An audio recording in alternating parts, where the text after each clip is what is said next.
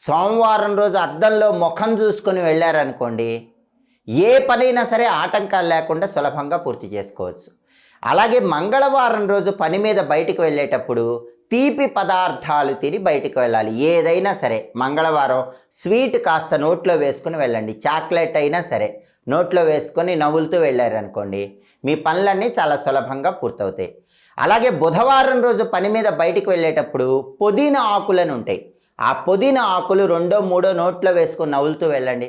బుధవారం ఏ పని తలపెట్టినా ఆ పని దిగ్విజయంగా పూర్తి చేసుకోవచ్చు.